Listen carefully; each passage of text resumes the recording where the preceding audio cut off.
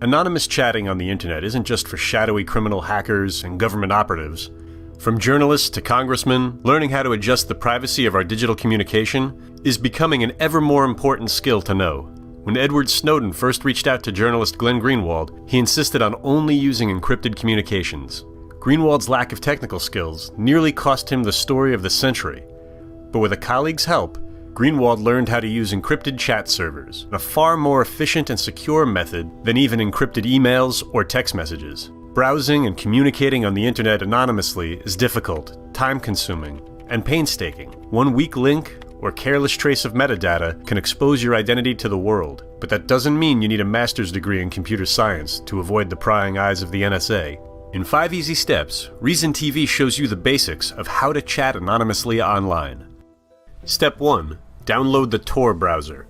Unlike other web browsers that store your personal information and browsing history for corporate advertisers and government subpoenas, Tor is completely decentralized.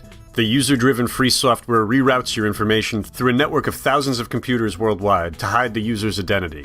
Now known publicly through Snowden's revelations, the Five Eyes, the Anglophone allies who frequently collaborate as the greatest global spying behemoth ever known, have admitted being unable to directly de-anonymize any specific Tor user. And although they've been able to de-anonymize a few random Tor users, they still can't do it on demand. From this point on, for the purposes of maintaining anonymity, you should always be using the Tor browser when downloading subsequent applications and creating personal accounts associated with those applications.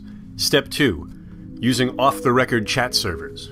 Like Tor is for web browsers, Jabber chat servers are decentralized, and unlike mainstream chat services, Jabber doesn't require you to enter any verifiable personal information to create an account. The encryption protocol known as off-the-record, or OTR, allows both sides of a chat to be encrypted. There are literally hundreds of Jabber servers around the world available to use. Once you've selected a Jabber server, create an account, but remember, only use a server that lets you sign up using the Tor browser. When creating a username and password, use random number and letter combinations for each account and never use the same name or password twice. Also, be sure to write down this information and keep it in a safe place. Uploading this information to an insecure cloud-based server like Dropbox or Evernote, or God forbid email, puts your security at needless risk and jeopardizes your anonymity. Step 3. Download Adium. For Mac users, download Adium using Tor, and make sure to keep your Tor browser open when using Adium to maintain connectivity.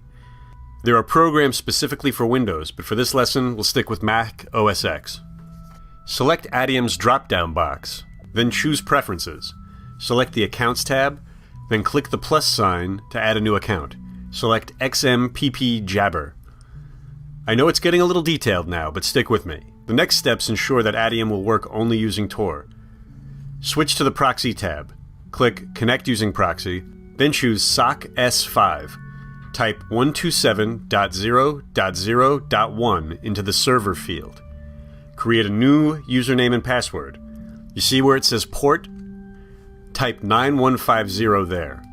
Go to the Privacy tab, and where it says Encryption, switch it to Force Encryption and Refuse Plain Text. Go to Options, and in the resource box, delete your computer's name and type Anonymous.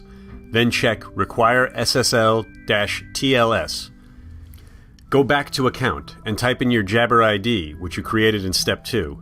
Your ID is comprised of the Jabber username you created in Step 2, followed by an @ sign, and finally the Jabber server you chose. Enter your password. Finally, to test your account's connection, switch your status to Available. Step 4. Creating encryption keys and fingerprints. You'll need a key to unlock encrypted messages. To create a key, click Adium, choose Preferences. After that, go to Advanced and click Encryption. Select your account and click Generate, which will create your encryption key and fingerprint. To have an encrypted chat, a person needs to know your Jabber username, server, and your fingerprint. Exchange fingerprints over another communication channel.